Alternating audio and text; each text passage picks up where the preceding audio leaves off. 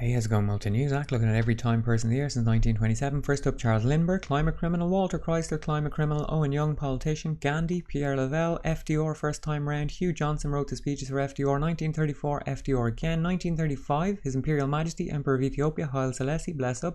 1936, Wallis Simpson, the woman who was almost Queen of England, but she wasn't allowed because she was a Yank. 1937, Chiang Kai-shek and his wife. He was the Premier of China at the time.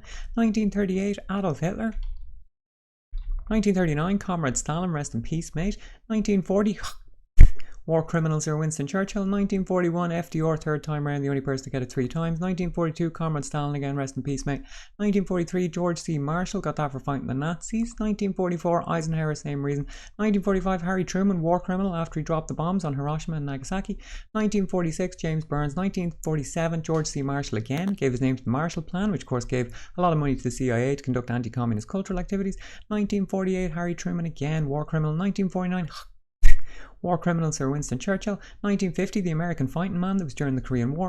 1951, Mohammad Mossadegh, democratically elected leader of Iran who nationalised the oil industries, was later overthrown in a coup orchestrated by CIA and MI6. Speaking of MI6, 1952, Queen Lizzie I, 8 years before she gave birth to Prince Andrew, still one for question in regards to relationship, paedophile bill never finds here. Jeffrey Epstein did not kill himself, or IP. 1953, Konrad Adenauer, in 2003, was voted the greatest German of all time, which of course we know that's bullshit. The greatest German of all time was H.P. Baxter, still alive.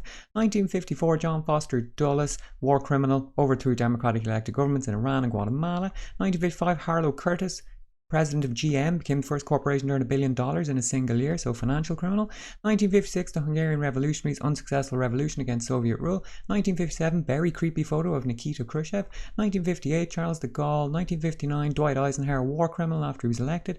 1960, US scientists got it that year. 1961, wow, look how they massacred our boy. JFK was far better looking than that in real life before the deep state bumped him off. 1962, Pope John the 23rd, he got that for being a mediator in the Cuban Missile Crisis. 1963, MLK Jr. before he got bumped off by the deep state. 1964, Lyndon Johnson, the man who was made president after they shot JFK, very suspicious. 1965, General William Westmoreland, war criminal. 1966, 25 and under, that was given to the demographic we now know as the boomers. 1967, Lyndon Johnson again at the height of the Vietnam War, war criminal. 1968, Apollo 8 astronauts. 1969, the Middle Americans, people who keep the country going and shut their mouth and don't say anything. 1970, Willy Brandt, Chancellor of West Germany, had to resign because one of his aides was a Stasi agent. 1971, Nixon, pre-Watergate. 1972, Nixon, post-Watergate. And beside him is, of course, Henry Kissinger, one of the biggest war criminals to still be alive, sadly.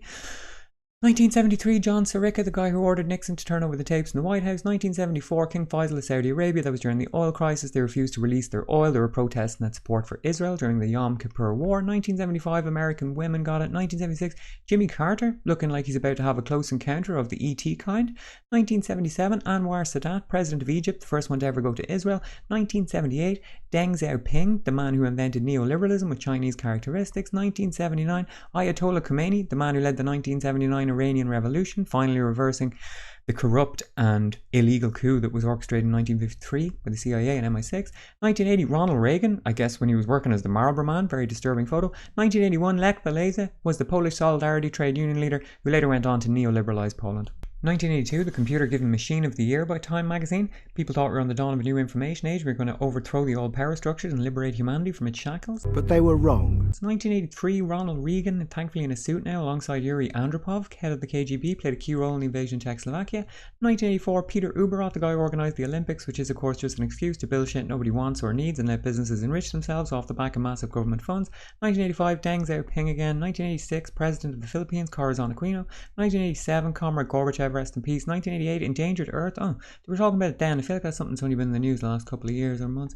1989, Comrade Gorbachev again, man of the decade, yes. 1990, the 2 George Bushes, very creepy photo there. 1991, CNN's Ted Turner, that was because of the Gulf War. People very impressed. They could watch the freedom bombs falling in real time. 1992, Bill Clinton before the scandal, war criminal. 1993, the Peacemakers, that was to do with the signing of the Oslo Accords and the ending of apartheid in South Africa, all those men dead now, or IP. 1994, JP2. 1995, Newt Gingrich, still thinks Trump won the election, fair play. 1996, David Ho, AIDS researcher, thank you for your service. 1997, Andrew Grove, CEO of Intel. 1998, Bill Clinton after the scandal, and Ken Starr, the guy who investigated the Clinton crime family, which led to Bill's impeachment. 1999, Jeff Bezos, before he was a threat to humanity. 2000, George W, before he did 9/11. 2001, Rudy Giuliani, after he didn't do 9/11, but he helped out on 9/11, I guess. kind of. 2002, the whistleblowers, they blew the whistle on WorldCom, FBI and Enron. Thankfully, none of them blew the whistle on the US Army or the Deep State, because otherwise they'd be in the maximum security Belmarsh prison without fair trial or due process, alongside Julian Assange. Person of the Year here, the American Soldier. That was after the illegal invasion of Iraq. 2004, George W. after he did 9/11. 2005, the Good Samaritans. This was given collectively to Bill and Melinda Gates and Bono, 3 experts in laundering reputations.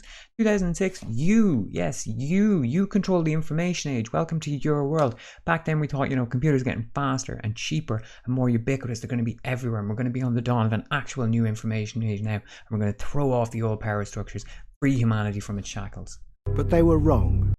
2007, Vladimir Putin. 2008, Barack Obama, war criminal. 2009, Ben Bernanke, financial criminal. 2010, Mark Zuckerberg, before he was a threat to humanity. 2011, the protester. That was the year of the Arab Spring and also the riots in England.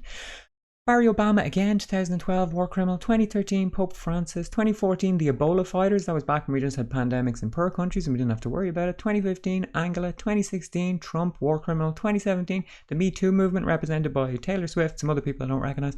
2018, this was given collectively to a bunch of journalists who were persecuted for their work, including Jamal Khashoggi, murdered by the Saudi deep state. 2019, Greta. 2020, Joe Mala, both war criminals. 2021, Elon. So that was almost 100 years of Time's Person of the Year. I think Elon Musk's a pretty on-the-money choice for Time to make, given that he's almost the exact average of the other people who got it, which is a white, native English-speaking male between the ages of 40 and 80, with a lot of money and who wields a lot of power either in the economy or politics or both. Clearly a preference for Anglo-American power all the way along. They gave it to basically every president of the US except Coolidge, Hoover and Ford. When they went outside of America, they kind of tend to give it to people at a similar status level, prime minister or monarch, and then it's peppered with a few quote-unquote controversial choices, Hitler being the obvious one. They wouldn't put his portrait on the front though. You might have seen in the past Hitler's picture on the front of a Time magazine cover. That's fake, Photoshop, can't believe everything on the internet. Interesting enough, the drawing that's actually there is from a man called Rudolf Charles von Ripper, very interesting story, an Austrian-born American painter, an illustrator. He's a soldier, fought in the war, spent time in a concentration camp, then was an agent for the OSS, the Office of Strategic Services, the precursor to the CIA, parachuted into Austria in 1945 to tell them what was going on there, and afterwards hunted down Nazis in Austria and retired to America. A pretty interesting story there. I hope you enjoyed watching this as much as I enjoyed making it. It was really good. It would be remiss of me not to mention that this is only possible because of the patrons, and in particular my top tier patron, CabronFiber. Thank you very much, mate. As a top tier patron, he gets to request videos.